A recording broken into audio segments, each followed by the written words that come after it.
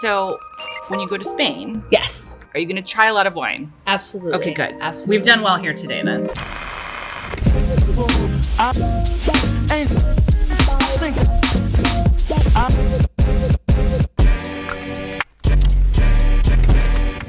Carlacia, I'm so excited to meet you. Thank you for joining me today. Thanks for having me. I'm so excited. Your new season of the hit show Outer Banks is out on Netflix, and it has amazing reviews. So there is so much for us to toast to. We're here in Citron Restaurant in Santa Monica. I have 3 wines for you, so we're gonna have a little fun. I actually did some reconnaissance on you and what you like or what you're interested in. So I chose wines that I hope you're gonna love. If you don't, that's okay, because it's all about just trying new things, discovering, and having some fun. I love it. We're gonna start with champagne, which is always a good way to start. Yes. But I heard that you prefer dry wines. Yes. This is the driest style of champagne that there is. Okay. So you might notice it says 0 on the front. So they've actually made it very easy for us. Zero is not a traditional French labeling term. So this is a multi-generational, family-owned champagne in the Valley de la Marne. So no dosage, so it's going to be very dry. Okay. There's some more fun facts about this, but I think I can't sit here with this in my glass for too long without trying it. Let's do it. So cheers. So we do a little stir? Do a little, yep, even with champagne. With the champagne. Yep, Oh, yep. It's just gonna open it up in your glass. You're gonna experience more of the aromas that it has to offer. It kind of coats the inside of your glass as well, so then when you put your nose in it, you're better able to just really experience everything that it has to offer. So we're gonna do a swirl, and then I'm gonna ask you to do something that is not very camera friendly sometimes, but really like swish it around your mouth. Like don't be shy about letting it touch every corner of your palate. Okay. Before you swallow it, because you're gonna open up even an additional level of enjoyment for wine if you do that. Okay. Okay, Let's do it. Here we go. All right.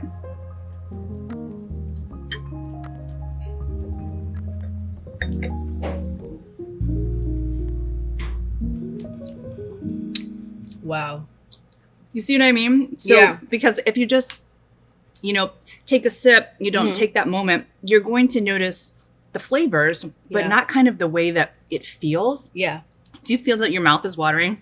It does, and it's so delicious. I like it a lot. It's a lot of like citrusy fruits, kind of pear, melon. That's what it is. Pear. Apple. Yes. But my mouth is watering, and that's a good thing in wine. It's why wine pairs so well with food. Yes. This is like cleansing your palate in a way, so you can take a bite of food, have another sip, you're back for more, you can try something different. Yeah. Compared to other champagnes, I definitely can really taste like the fruitiness of it. Like when you describe like the pears and like the apples, like I can definitely really separate like all the different tastes and varieties in there, unlike other ones. And I don't know if you are picking this up, but on the nose, do you get that kind of like brioche, like this toastiness to it? Yes. I get that too. It's like a toasty apple croissant.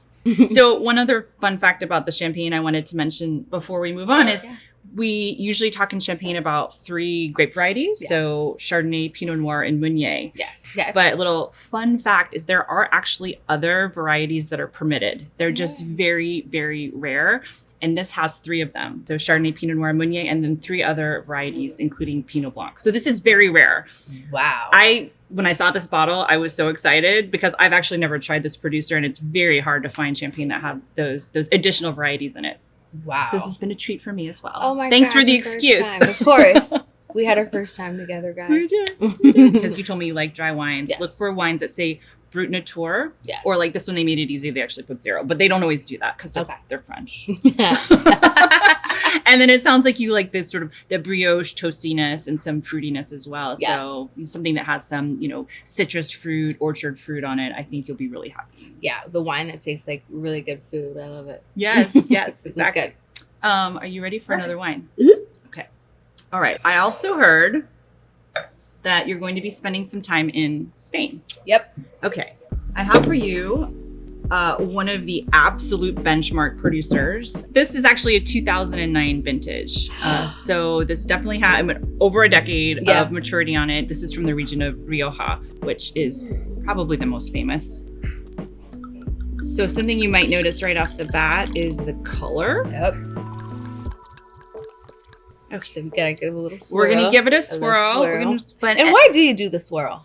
It's because if you think about this, wine has been closed up in this bottle for this one has been quite a while, right? So it has some maturity on it. So it's sort of in there, and it is maturing in the bottle, so it's changing, but it's also just been sort of captive for a while. So you kind of want to let it out, open up, and this is letting a little bit of oxygen into it, so it just kind of gives it this little burst of energy. Oh, I love that. Making it. I know it's not just to like look fancy. I mean, it always looks cute. I mean, so you do it. You can look cute too, but it actually has a purpose. So this, you might notice, is sort of golden in color. Yes. And that's because as white wines mature, they actually get darker in color. As red wines mature, they get lighter. Didn't know that. The other thing that can make them sort of darker in color, white wines, is if they've spent time in barrel. This spent 6 years in the barrel before the bottle. So, all right, should we? Let's do it. Okay. We got to cheers. Forgetting my manners. Thank you. All right, cheers. Wow. Mm-hmm.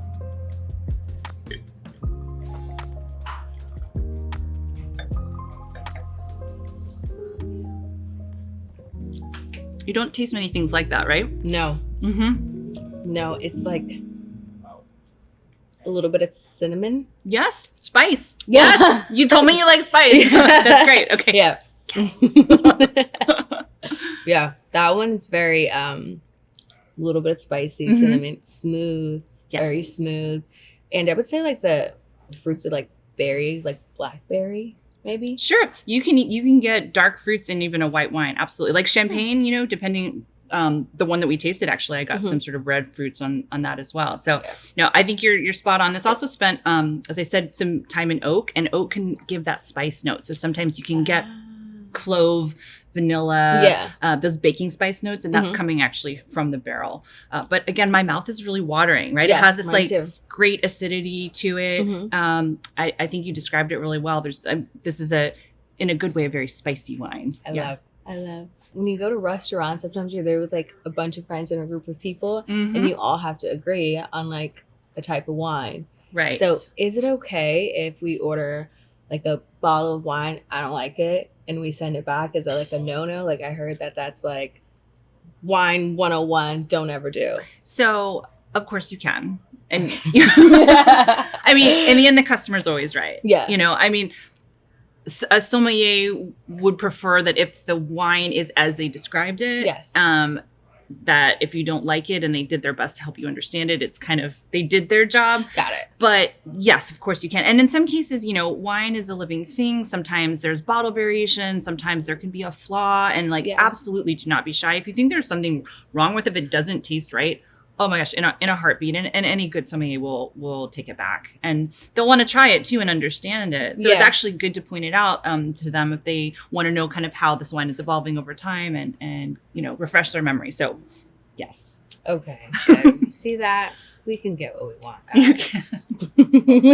Yes. So I hope this showed kind of what a wine can do with some maturity on it, what a white wine can. Yeah. And I think what's interesting is it's still super fresh. Like I'm still getting kind of like juicy fruit on it. It's not, doesn't feel tired or too old. It feels kind of like it's just ready to shine. So I know you like wine. Yes. Do you envision yourself as a collector or becoming a collector? Of course. Absolutely. Okay. I want to get a wine cellar and want to go down there and just be able to pick a year and go there and have great dinner parties. So maybe to start your red collection, we should try something else that's really special that I chose for you. Okay. So this is the same producer as before, Lopez de Heredia. This is a 2009, and you might notice that I didn't open this yet or take off this sort of gold mesh cagey thing that's on it, because I wanted to show you how you can open this like a sommelier. Ooh, okay. I'm ready. So traditionally, it's in the 1900s, this became a tradition to avoid counterfeit. Because at that time, they were worried that someone could tamper with the bottle, put a different wine in it, and put the cork back in. And so this was meant to make sure that this wine was absolutely sound and what it should be. So this is not something that they usually do tableside in restaurants because it takes a little bit of work. Okay. So bear with me here. Okay. But the way you would do it, so it sort of coiled up on the bottom here. Okay. So what I'm going to do is undo that and kind of loosen it. And then you have to, this takes a little finagling too, so you can tell me some fun stories about being on set in season 4, what we might expect. Oh, well, this year, we actually traveled to Morocco this season. Yeah, so we shot 6 weeks in Morocco this season. Wow. So we were in the deserts. We went to Ben Hadou and Essaouira. So it was great. So you're in the desert, so less jumping in out of water all the time, or still? You can't say. Let's see. Okay. All right. Well, I will see for sure.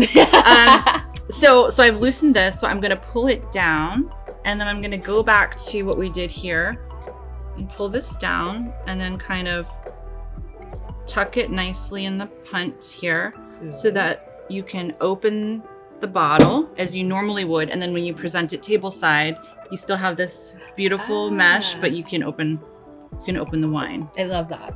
This is predominantly Tempranillo. Mm-hmm. It has a little bit of Garnacha, Graciano, and Mazuela, which are traditional grape varieties in Rioja. Nice. Sometimes with these older bottles, the corks can be a little tricky, but this is beautiful. All right, so again, I know you wanted to try some mature wines. Yeah. This is a winery that ages for a long time in barrel, usually 6 years, then holds it back in bottle. And traditionally, wines are released at a certain time. So let's say they'll age it, for a certain amount of time, and we'll release it, 2 years after harvest. And this is when we release our wine. Yeah. But Lopez de Herreria, they hold it until they think it's ready. Wow. Which is nice because actually they're sort of taking the guesswork out of it about when, is it ready to drink? And they say, this is ready. It doesn't mean you can't still mature it for longer, but they feel like this is the time that we can release it into the market. So I love that about them. All right. A little Swish, swirl. swish. We should toast first though. We should toast. Can't forget that. All right.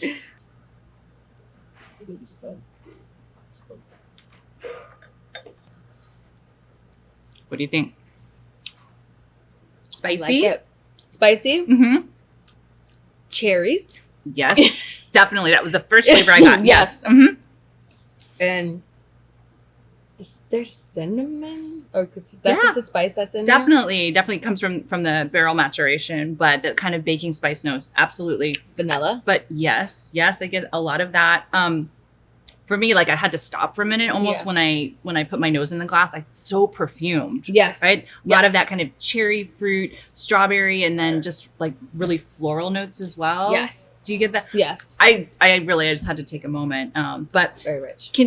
For me, this is a 2009. This is so fresh, don't you think? That's it's what I was bright. thinking too. Yeah, the fruit. Sometimes as wines age, the fruit can become sort of bitter a little bit. It just feels dry. It's you start with fresh fruit to baked fruit to dried fruit over time. Yeah. And then I'm still getting that really, really fresh fruit. And do you get a little bit of sort of leather notes to it as well? Something a little gamey. Yeah. So you have fruit and savory in the same glass. Yes. So I have questions for you. Okay. Let's do it. All right. So you're on set, you're taking a break, or maybe it's the end of the day. Yeah. Because you're probably not drinking on your breaks. But end of the day, everyone's had a long day and you're going to sit around and enjoy something together. What are you drinking? We usually drink Cabernet. We love a good cab, all of us. We love a good red Cabernet. Okay. From Napa, from... Usually we go with a Napa. Okay. Usually we have a good California Napa around. And all of us really love red wine. So it's a thing we all do together. That's nice. Yeah. All right. So of your castmates, if you can pick who you'd like, but is there someone that if they were, let's say, a beverage, doesn't have to be alcohol, that's them, that's their personality? I think Madison would be a pina colada. Madeline, who I call Crime, she's definitely a glass of red wine. Mm-hmm. I feel like Rudy probably a white wine. Okay. Yeah. All right. Yeah. Chase is a margarita. JD is a rum punch. Ooh, yeah. I like it. A lot of cocktails in there along with wine. Yeah. Okay. Okay. And what about you? Me, I'm a rosé. I like it. Yeah. Okay. It pleases a lot of people. Yeah. Yes. Yeah. The life of the party. Yeah.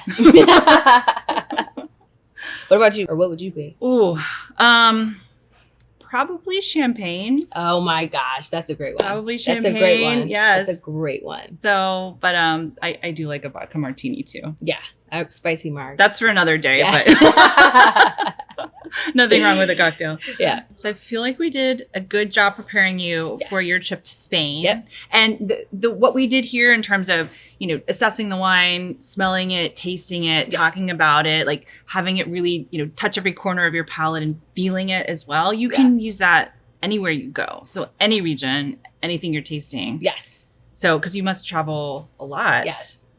Where are you going next? Okay, so I wish that I could take you in my pocket, but I'm sure you're so busy.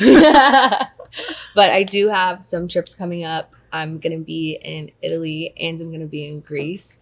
So what would you suggest as far as ordering, or what specific vineyard should I order from? You're going to have an amazing time. First of all, I love both of those countries. So let's start with Greece. So Assyrtiko is what most people know. That's a white wine, very fresh, bright, vibrant acidity. You're going to find that everywhere. It's delicious. For reds, it's a little hard to pronounce, but Agiritico is one of my favorite varieties from Greece. And then Italy, oh my gosh. I mean, anywhere you go, you can look for, if you're in the north, Barolo, Barbaresco. If you're in Tuscany, you can look for Brunello or Super Tuscans. Yeah. If you're in south in Sicily, like Etna Rosso. I mean, there's so many, and just try everything. Okay. But here's the thing. I can't come with you, although I'd like to. But I'm not kidding. I have so many friends who just text me, or they'll take a picture of the menu at wherever they are and what should I order? And I actually really like that. So don't be shy. Oh, add me to the list. I'm happy to. So of the 3 wines that we tasted, do you have a favorite? Do you have one that you would want to order again? Absolutely. The one I'm going to order really soon is the champagne. Yay! I love that. So I love that as well. Well, I feel like we should toast with that. Yes. All right. So if I was in the cast, how would we toast? We have many, many different ways, but for today we'll do cheese on bread. Cheese on bread. Yes. To you. Cheers. Cheers.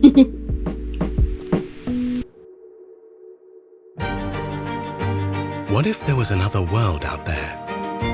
What if connecting with others helps you connect more deeply to the world? What if your journey starts here? Silversea.